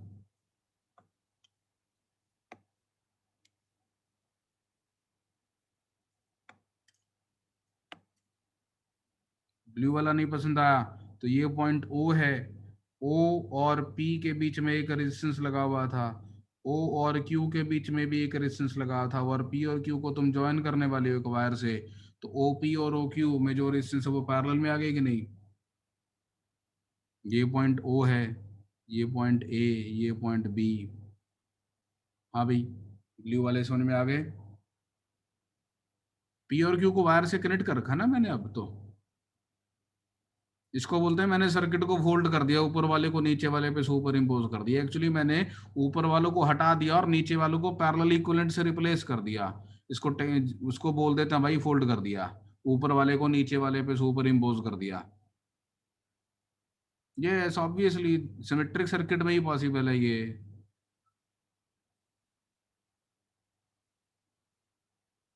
हाँ जी, क्या डाउट है? किसको डाउट था? अद्वैत पूछ रहा है शायद कुछ।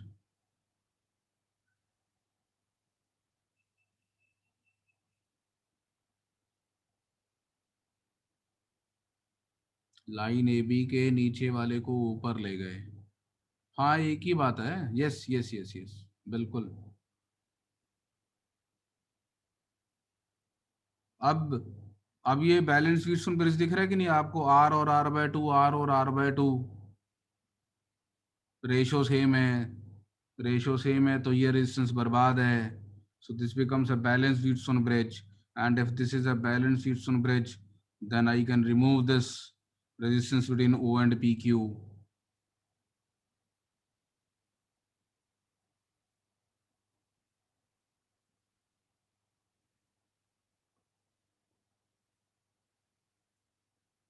और अब ये वाली ब्रांच में 2R हो गया, और ये वाली ब्रांच में R हो गया, 2R और R पैरेलल में 2R/3 आंसर आ गया।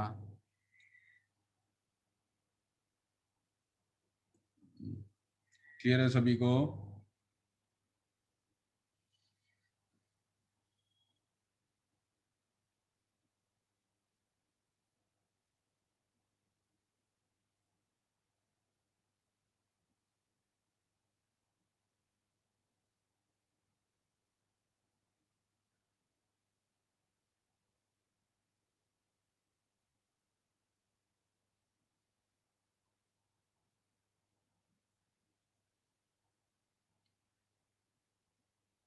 चलिए,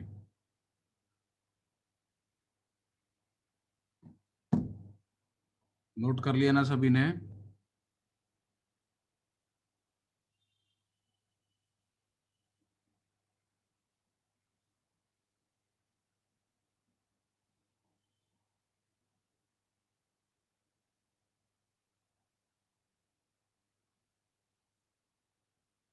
और एक एग्जांपल लेते हैं, सुमांशु तेरा डाउट भी क्लियर हो जाएगा उसमें।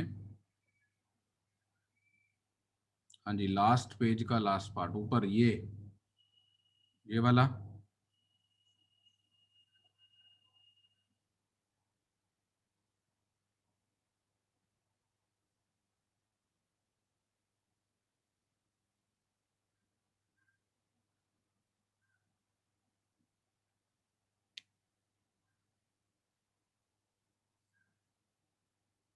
चलिए,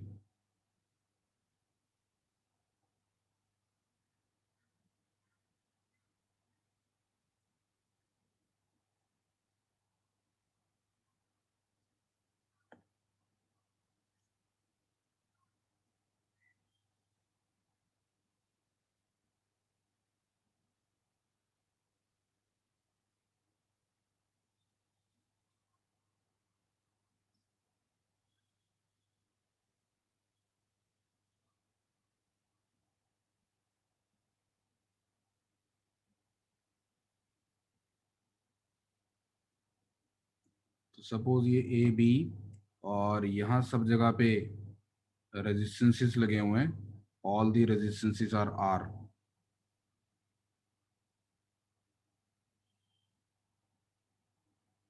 ठीक है, अब मुझे कुछ तो पढ़ाना ही है, सारा कुछ तुम वीडियो से सीख जाओगे तो फिर तुम कहोगे सर आप जाओ, मैं वीडियो देख लूंगा आपका।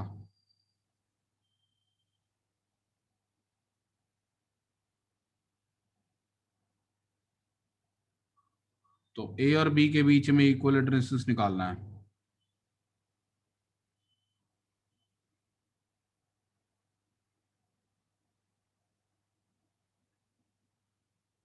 तो कैसे करेंगे, ए और बी के बीच में एक सॉल्व करेंगे आप लोग।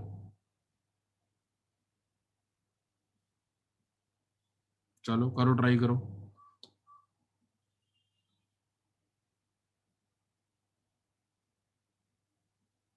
जितने मेथड आते हैं, दो मेथड सीखे थे, एक करंट की डिस्ट्रीब्यूशन लगा के सिमेट्री लगा के आइडेंटिफाई करो, अगर कुछ रेजिस्टेंस बर्बाद है तो उनको हटा दो, ज्यादातर उसी से जिंदगी आसान हो जाती है।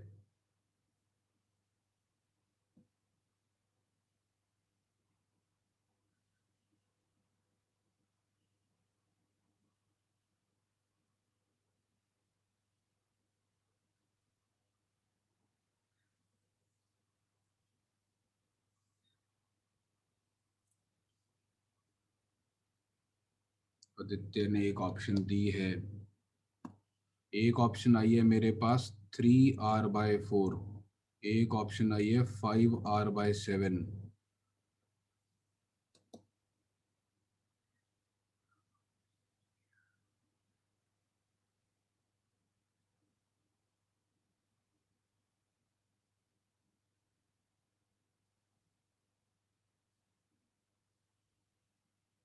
ज्यादातर लोग तो 3R/4 को ही सपोर्ट कर रहे हैं।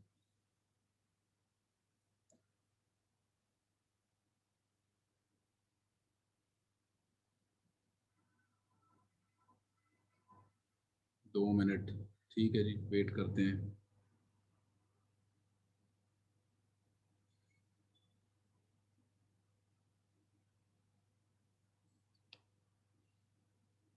अच्छा, that was the option, 2 minute, एक ऑप्शन ने कैलकुलेशन मिस्टेक।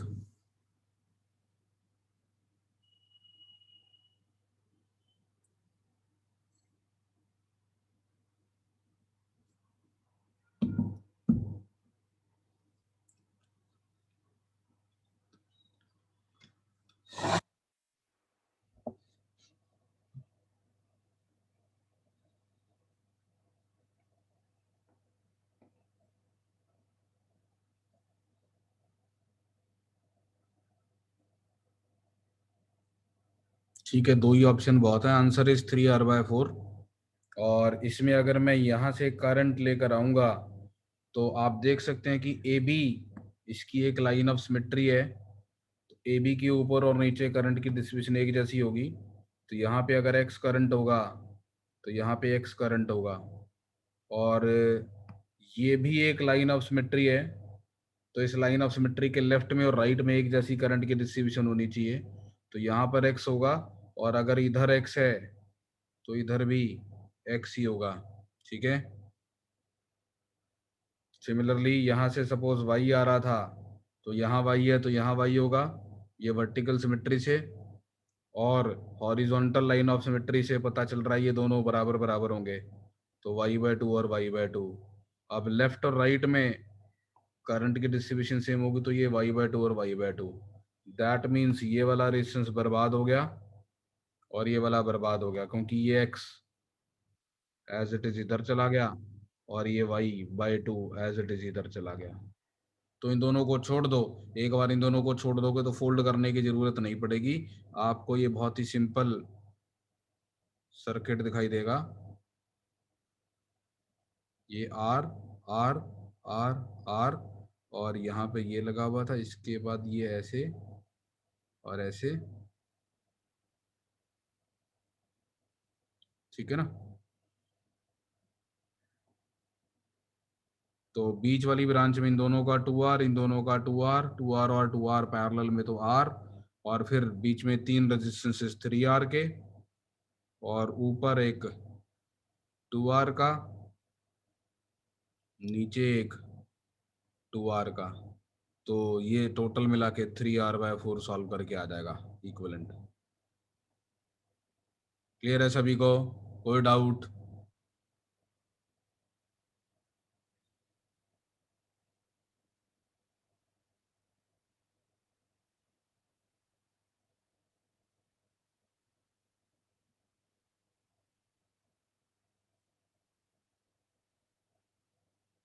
चलो आगे, नोट कर लिया?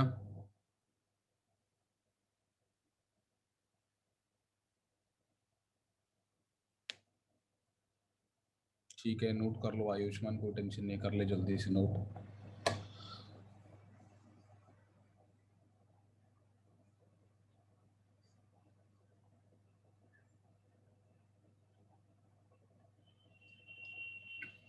चलिए और ले एग्जांपल्स।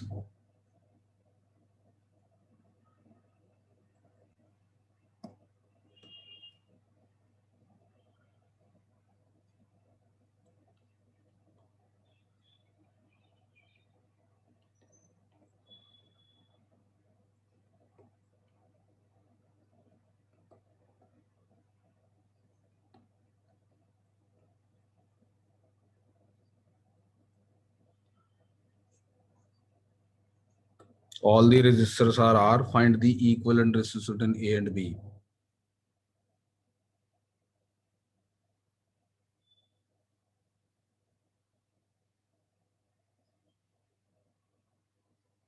वो भी देखेंगे वेदतमान, उस तरीके की चीजें भी देखेंगे, अभी आएंगे आगे उस पर।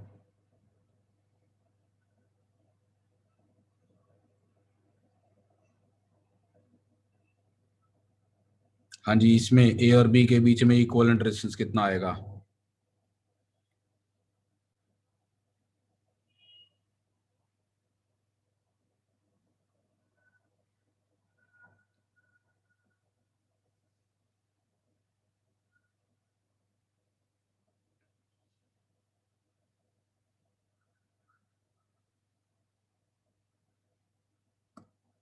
इसमें ऐसा लग रहा है कि अगर यहां से करंट आया और यहाँ पर कुछ करंट जाएगा, सपोज x, और यहाँ पर जाएगा y, तो यहाँ पे x और यहाँ पे y, क्यों भाई?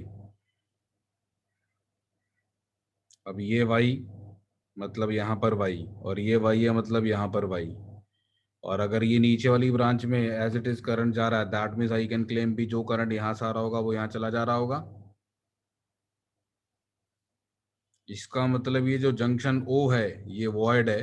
वॉइड है का मतलब है कि आप ऊपर वाली वायर को नीचे वाली से डिस्कनेक्ट कर सकते हैं, and that will not affect the current distribution in the circuit at all. That means that won't affect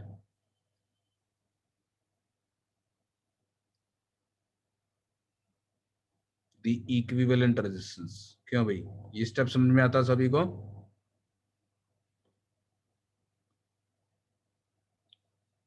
हाँ जी, अब क्या आंसर?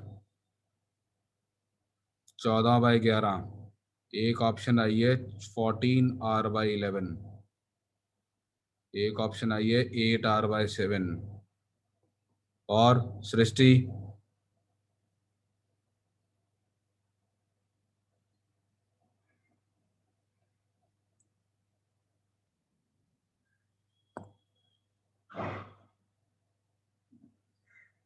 थाउजेंड आर, ओए होए होए।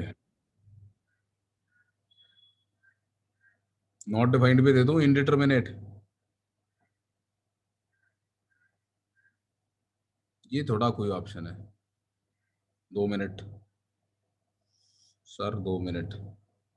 8r/7 के लोग सपोर्ट कर रहे हैं, तो 9r/7। Answer is 8r/7। Answer is 8r/7। तो ये r और r हमारे सीरीज में 2r, 2r इस r के साथ मिलके 2r/3, तो 2r/3 इधर वाले दोनों r के साथ ऐड हो जाएगा, तो ये हो जाएगा 8r/3। उसके बाद नीचे वाली ब्रांच का 2r, और ये 8r/3 को पैरेलल में लिख के सॉल्व करेंगे, तो ए और बी का इक्विवेलेंट आ जाएगा 8r/7। ठीक है, ये गलत है, टाइपिंग मिस्टेक है। Hello sir. हाँ जी। सर वो ऊपर वाले आर को अगर r/2 और r/2 में स्प्लिट कर दे और फिर मेथड ऑफ फोल्डिंग लगाए तो? फोल्ड किस पे करेगा? लेफ्ट को राइट में नहीं फोल्ड करते, ऊपर से नीचे फोल्ड करते हैं। किसको फोल्ड करेगा? ए और बी को आपस में ज्वाइन कर देगा, खत्म सर्किट। सॉरी।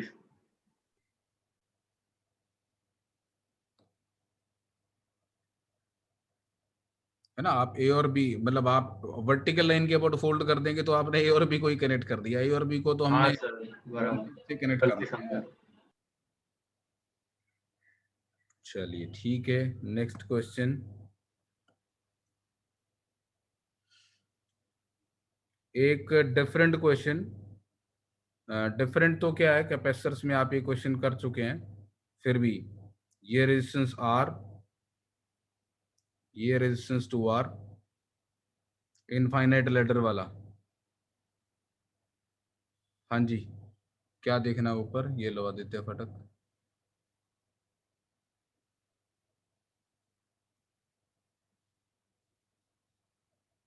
हो गया,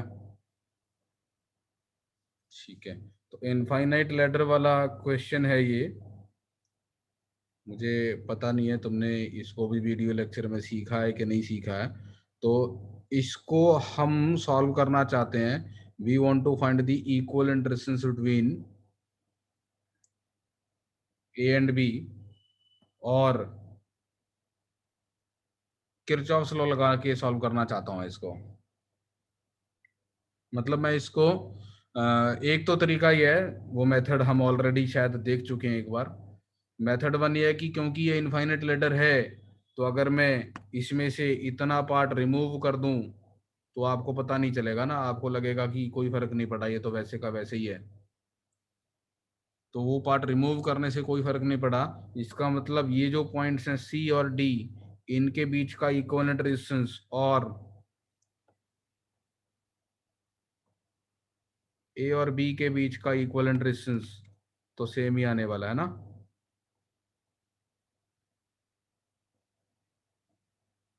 तो एक मेथड ये है कि ए और बी के बीच का इक्विवेलेंट रेजिस्टेंस और सी और डी के आगे वाले नेटवर्क का, ये वाले सारे पोर्शन का इक्विवेलेंट रेजिस्टेंस सेम आने वाला है। तो अगर आर ए बी की वैल्यू एक्स है, then the circuit to the right of point C and D, the circuit to the right of points C and D will also have equivalent resistance X।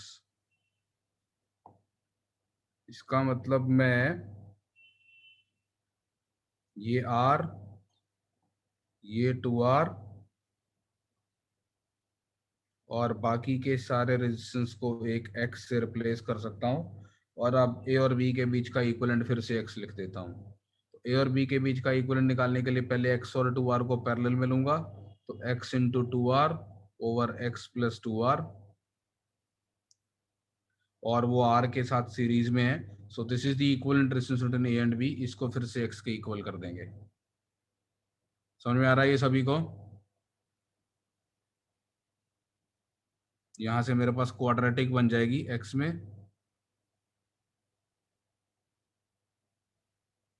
और solve करके X की value 2R आएगी। कुछ लोग R बता रहे थे, कौन था R बताने वाला? किसने बताया था जल्दी जल्दी में R आंसर है जी?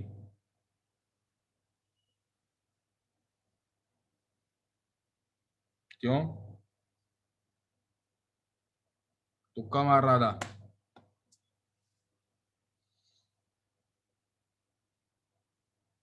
हाँ, तो सी एंड डी के बीच का भी तो 2R ही है।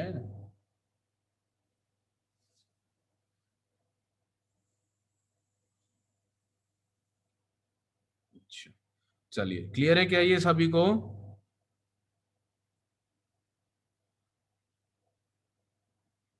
There is another way of solving this. There is another way of solving this.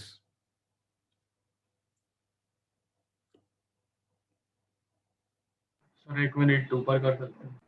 हाँ जी बिल्कुल, 1 मिनट मैं बना लूँ जरा, अब ये सर्किट फिर करता हूँ।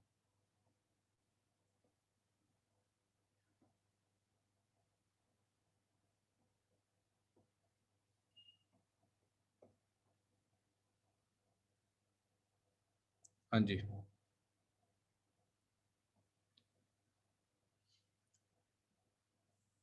कर लो नोट जिसका मिस हो गया है।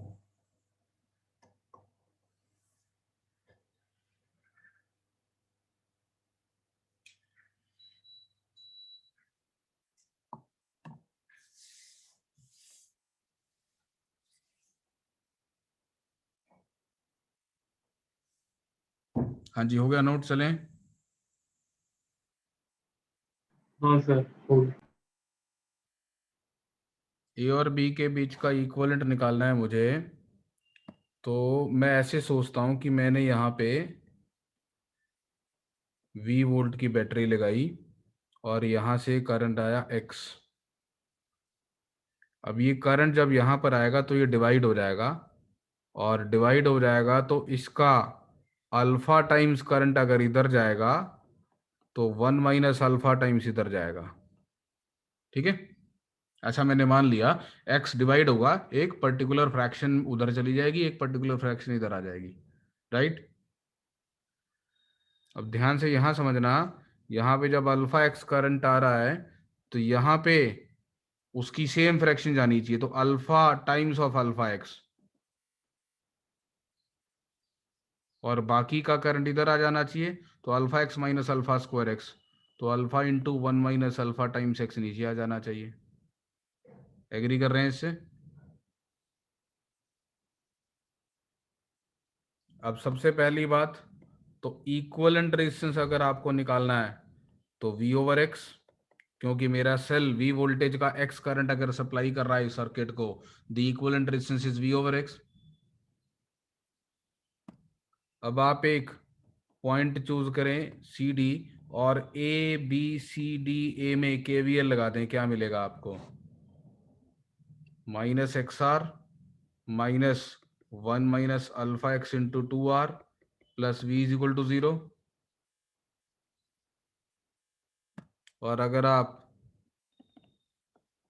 सी ई एफ डी सी में KVL लगा देंगे तो क्या मिलेगा आपको, बोलो?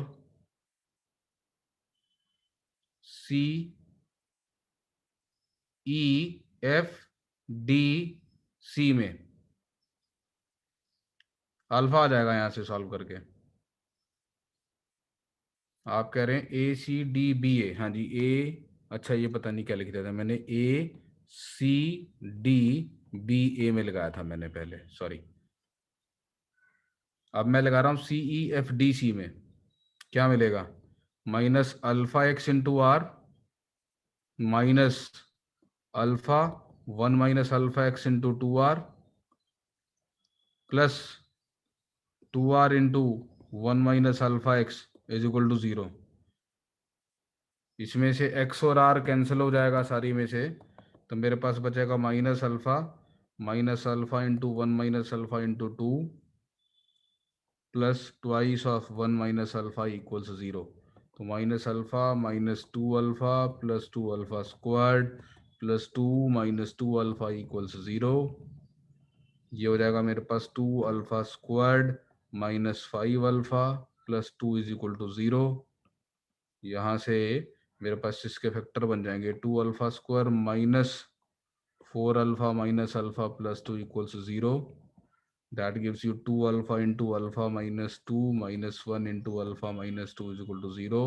That gives you alpha is equal to 2 और alpha is equal to 1 over 2। तो अल्फा इज इक्वल टू 2 तो पॉसिबल नहीं है, because alpha has to be a number less than 1। क्यों भाई? Alpha has to be number less than 1, x में से कुछ पार्शियल हिस्सा इधर जाएगा, कुछ इधर जाएगा। हाँ सर। तो अल्फा हैज टू बी 1/2, तो अल्फा 1/2 आ गया, तो यहाँ पे अल्फा को 1/2 पुट कर देते हैं इक्वेशन 2 में। We get minus x R minus 1 minus 1/2 is 1/2, तो x/2 into 2R plus v is equal to 0. That gives you v is equal to 2x into r. So v over x की value 2r आ गई. So equivalent resistance is 2r. y क्या है ये? Alpha 1 से बड़ा क्यों नहीं हो सकता, ये पूछ रहा है. हाँ, वही वही। नेगेटिव करंट आ जाएगा ना उससे. तो उससे क्या फर्क पड़ता है, बेसिकली डायरेक्शन चेंज हो गई ना। तो यहाँ पे करंट की डायरेक्शन ऊपर नहीं ना आ सकती इस 2r में. क्यों? देख ले ध्यान से.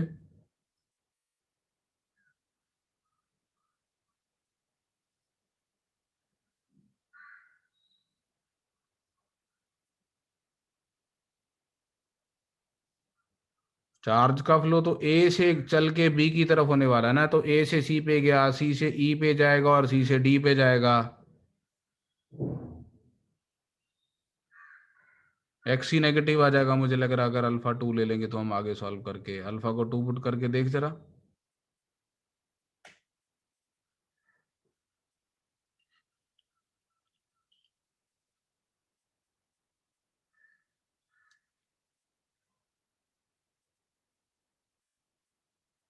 एक्स को डिवाइड होना ना यार 2 पार्ट्स में.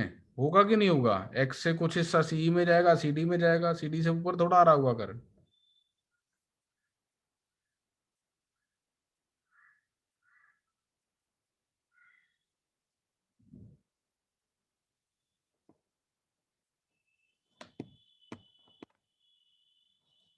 ये क्लियर है आपको? नोट किया सभी ने?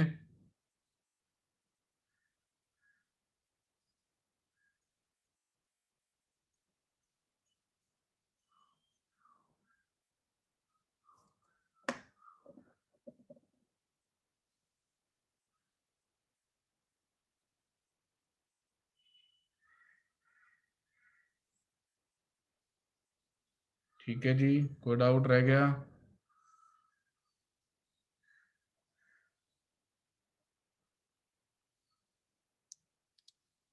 तो करंट इलेक्ट्रिसिटी के मॉड्यूल में से कहां तक सॉल्व किया आप लोगों ने?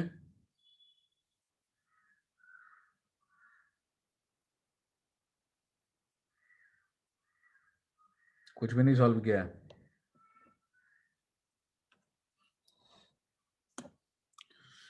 ठीक है, आज का सेशन यहाँ पे क्लोज करेंगे. मैं अभी मॉड्यूल खोल के आपको होमवर्क असाइन कर दूंगा, उसमें से क्या करना है. चलिए ठीक है जी, थैंक यू.